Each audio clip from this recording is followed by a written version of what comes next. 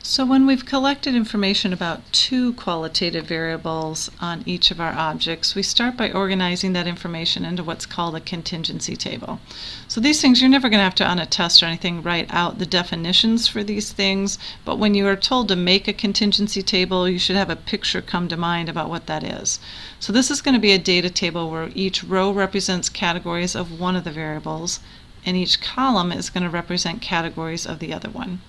And then each cell in that table is going to represents the number of objects in both that row category and that column category. And again, we'll see what we mean when we're working some examples here in a second.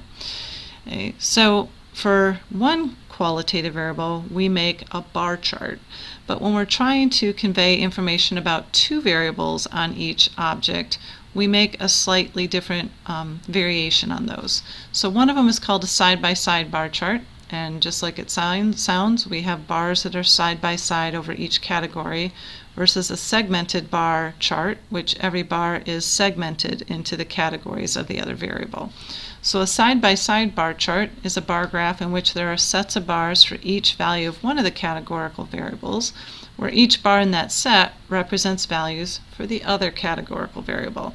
Again, harder to put in words than just look at a picture to see what it is. Where in the segmented bar chart, the bar graph in which there's a single bar for each value of one of the categorical variables, and then it's segmented into parts for each value of the other categorical variable within that category.